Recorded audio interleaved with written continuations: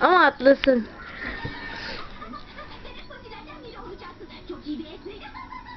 Şimdi 3. denemeye geçiyoruz. Hazırlandı. Hop! Kaptı mı? Herhalde. Çektin mi? Bir daha bir daha. Evet, doğru öyle. Hop! Aferin be. Elim ısırdı. Ay bunu at buna. Burada bir parça eksikti. Şuna benzeyen bir şeydi. Onu gördünüz mü? Hadi hadi hadi. Oo, bu güzeldi.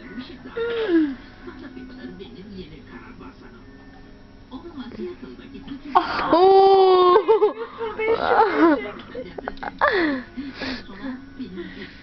Abi bir tane de yap da kavga etsinler. Ne kadar kalabalık. Aa, öküz hemen aldı ki. Görmedi ha. Ay zavallı hiçbir şey yemiyor baksana. Niye yemez? Yemiyor tabii orada tüyleri basmış. Ay çok tatlı. Yuh. Yeter ye. Ay şu kedi balığı benim için çok Verdim önemli. çünkü akşam yem. Of bak nasıl çizdi bak dişi bak. Bak. Eşek. Bak ne kadar taş varsa bu köşeye taşımış mı bak. Ha bizim motor. Bak nasıl yiyor bak yiyemiyor diyor. Bak nasıl yiyor bak.